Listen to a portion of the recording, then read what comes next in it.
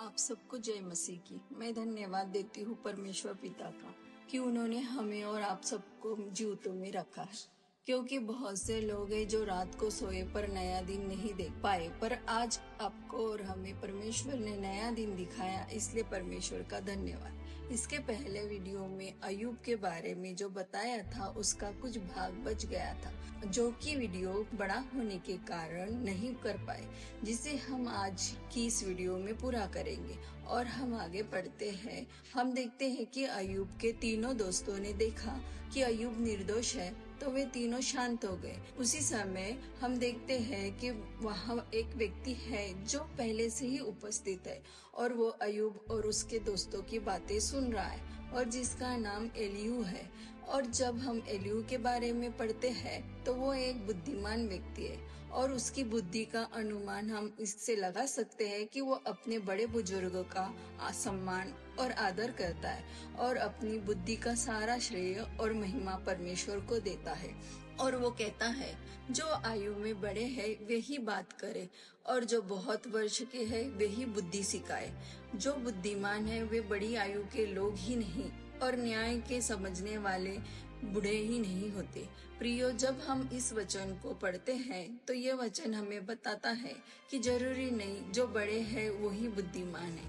आज के समय में हम देखते हैं जो बड़े हैं वो छोटों को तुच्छ जानते हैं, उन्हें मूर्ख समझते हैं और कहते हैं कि ये क्या हमें सिखाएंगे, और ना ही हम उनकी वैल्यू करते हैं और ना उनकी सुनते हैं। पर प्रियो, हमें यह समझना बहुत जरूरी है कि जिन लोगों को हम तुच्छ समझते हैं, जिनकी वैल्यू हम नहीं करते, बहुत बार परमेश्वर हमें इन्हीं लोगों के द्वारा ही हमसे बात करता है और हम नहीं समझ पाते। और हम इस वचन को पढ़ते हैं मत्ती 23 का 11 से 12 तक, जो तुम में बड़ा है वह तुम्हारा सेवक बने, और जो कोई अपने आप को बड़ा बनाएगा वो छोटा किया जाएगा, और जो कोई अपने आप को छोटा बनाएगा वो बड़ा किया जाएगा। इसीलिए प्रियो, हमें अपने जीवन में किसी को तुच्छ नहीं जानना है और सबका आदर और सम्मान करना है, चाहे वो बड़ा हो या छोटा। और हम आगे पढ़ते हैं। एलियू कहता है मुझे परमेश्वर के आत्मा ने बनाया है और सर्वशक्तिमान की सांस से मुझे जीवन मिलता है। और वो कहता है परमेश्वर हमसे स्वप्न दर्शनों द्वारा बात करते। इसीलिए प्रियो, जब परमेश्वर हमसे स्वप्न दर्शनों में हमें कुछ बताता है तो हमें उसे सीरियसली लेना है। जब बहुत बार इसी चीज को नहीं समझ पाते और जब परमेश्वर हमें दर्शन में दिखाते हैं तो हम उसे गौर नहीं करते, या तो हमें वो समझता नहीं है। परंतु जब ऐसा होता है तब हमें प्रियो परमेश्वर से प्रार्थना करना है कि जो दर्शन परमेश्वर ने हमें दिखाया है वो हमें समझाए, ताकि हम विपत्तियों में ना पड़े। और हम जब आगे पढ़ते हैं, एलियू कहता है कि यह संभव नहीं कि परमेश्वर दुष्टता का काम करे और सर्वशक्तिमान बुराई करे। वह मनुष्य की करनी का फल देता है और प्रत्येक को अपनी चाल चलन का फल भुगताता है। निसंदेह परमेश्वर दुष्टता नहीं करता और सर्वशक्तिमान अन्याय नहीं करता। जब हम इस वचन को पढ़ते हैं तो इस वचन में हमें बताया गया है कि अपने जीवन में जैसा हम बोएंगे वैसे ही काटेंगे। इसीलिए हमें अपने जीवन में अच्छी चीजों को बोना बहुत जरूरी है, तभी हम परमेश्वर के आशीषों को अपने जीवन में देखने पाएंगे। और हमें परमेश्वर के वचनों पर चलना बहुत जरूरी है। परमेश्वर का वचन ही हमें सिखाता है अच्छी चीजों को बोना और अपने जीवन को अच्छी तरह से जीना। और हम जब आगे पढ़ते हैं तो हम देखते हैं कि एलियू ये बताता है कि परमेश्वर की आंखें मनुष्य की चाल चलन पर लगी रहती है और वो उसकी सारी चाल को देखता रहता है। तो आप बताइए, परमेश्वर हमारी हर एक चाल को देखता है तो हमें अपने जीवन को किस तरह व्यतीत करना चाहिए।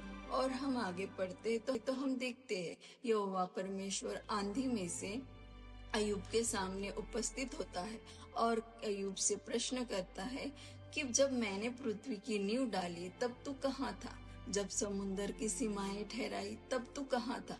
और भी जब हम इसके आगे पढ़ते हैं, अयूब का 38 और 29वां वचन, उसमें हमें परमेश्वर ने बताया है कि परमेश्वर क्या है और उन्होंने कितने अद्भुत अद्भुत काम किए।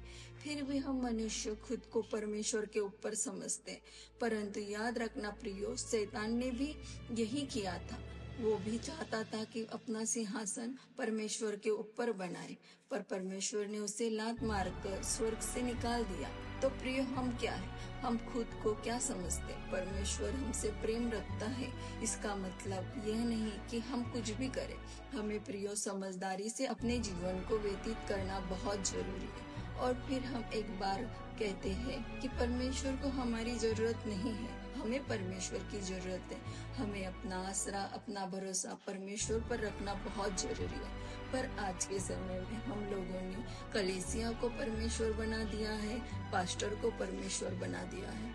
उनका भरोसा पास्टर है या तो कलीसिया है, और इस बीच में हम परमेश्वर को भूल जाते हैं और परमेश्वर के वचन को भूल जाते हैं और लोगों के पीछे दो मिलाते हुए फिरते हैं। परंतु हमें प्रियो ये सब नहीं करना है और हमें परमेश्वर का भय मानते हुए अपना जीवन व्यतीत करना है, जरूरी है। फिर हम आगे पढ़ते हैं। परमेश्वर अय्यूब के तीनों दोस्तों से कहते हैं कि मेरा क्रोध तुम तीनों पर भड़का है, क्योंकि मेरा दास अय्यूब जैसी ठीक बातें मेरे विषय में तुम लोगों ने नहीं की।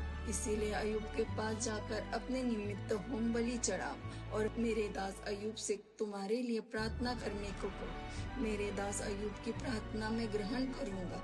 और जब अय्यूब ने अपने तीनों दोस्तों के लिए परमेश्वर से प्रार्थना की, तो परमेश्वर ने उनके सारे दुख दूर किए।